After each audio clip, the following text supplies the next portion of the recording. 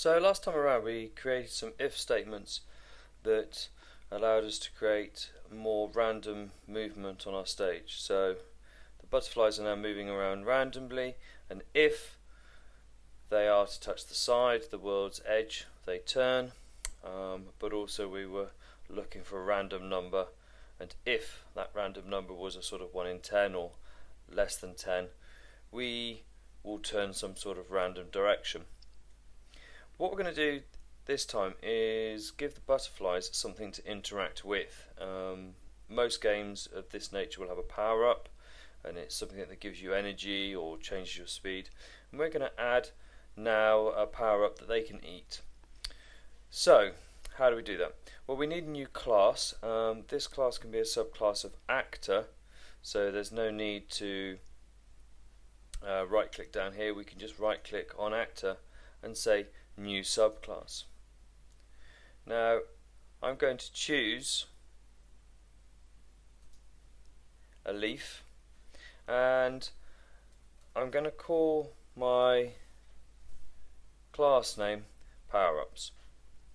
So just the same as we did when we created our butterfly name, starting with a capital letter and obviously choosing our image. Now that is absolutely all we need to do with the power-ups class itself, besides compiling it and then adding a few to the stage. And don't forget, once you've added them, you can right click and save the world to update that position, and it does mean that when we press reset, nothing happens. We don't lose these leaves. And if we run it now, at the moment you'll see that the butterflies are ignoring the leaves, but everything's still working, so that's a good check for us. And we'll go on now to look at how we can interact with those leaves.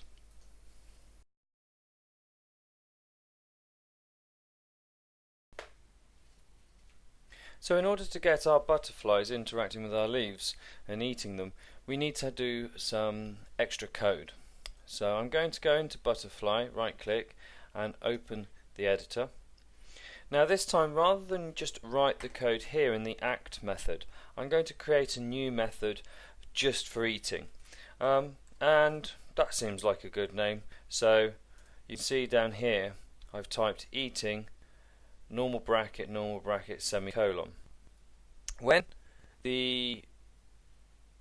Greenfoot encounters eating, it's going to look for a separate method. Now the reason we like to break our programs down into methods is it divides our problem into small, easy to solve chunks.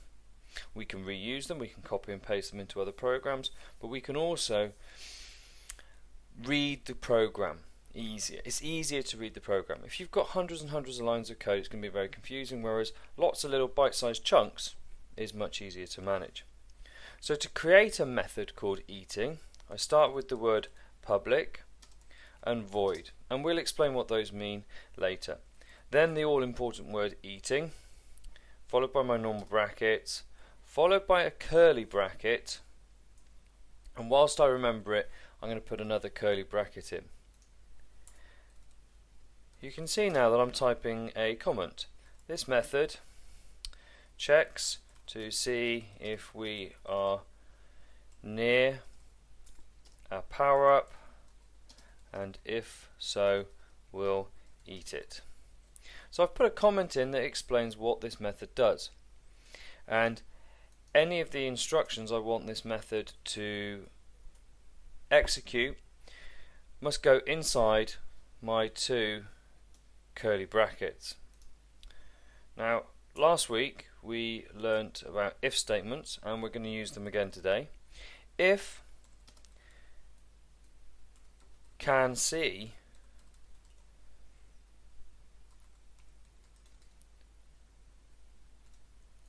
power-ups class,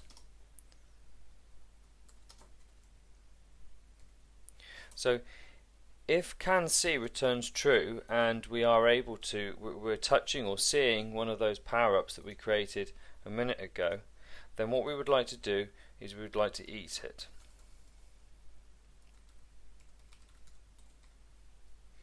Now, both cansee and eat are methods themselves that have been provided for us within the actor class, and we can adapt them and change them later if we want to, but for now this works for us. So if cansee returns true and we can actually see a leaf, then we're going to eat it. And let's see if that works. I'm not sure I saved this, so I will just double check. And if we run now, you can see that the leaves are being eaten.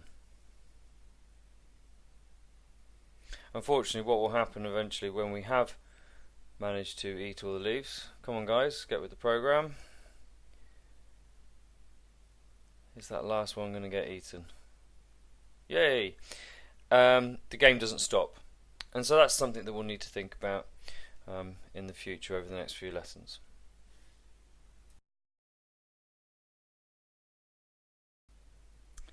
So the last thing that's missing from the game today is some sound.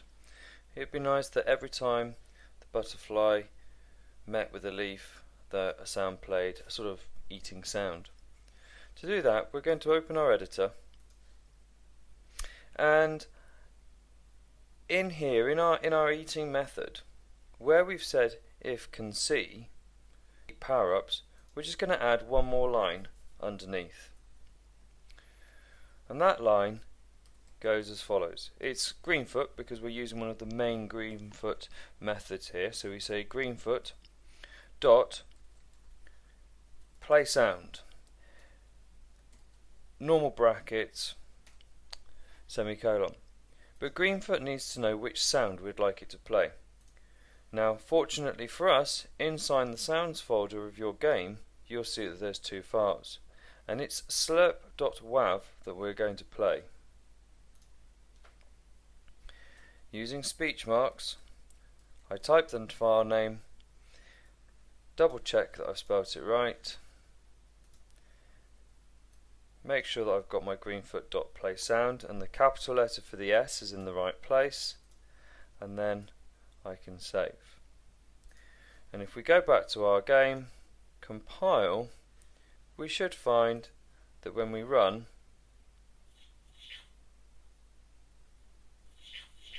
that you get a sound.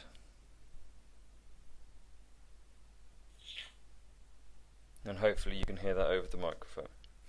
Very simple to add sound, and there is also a feature where you can record your own sounds, and that's something that we'll look at in the future.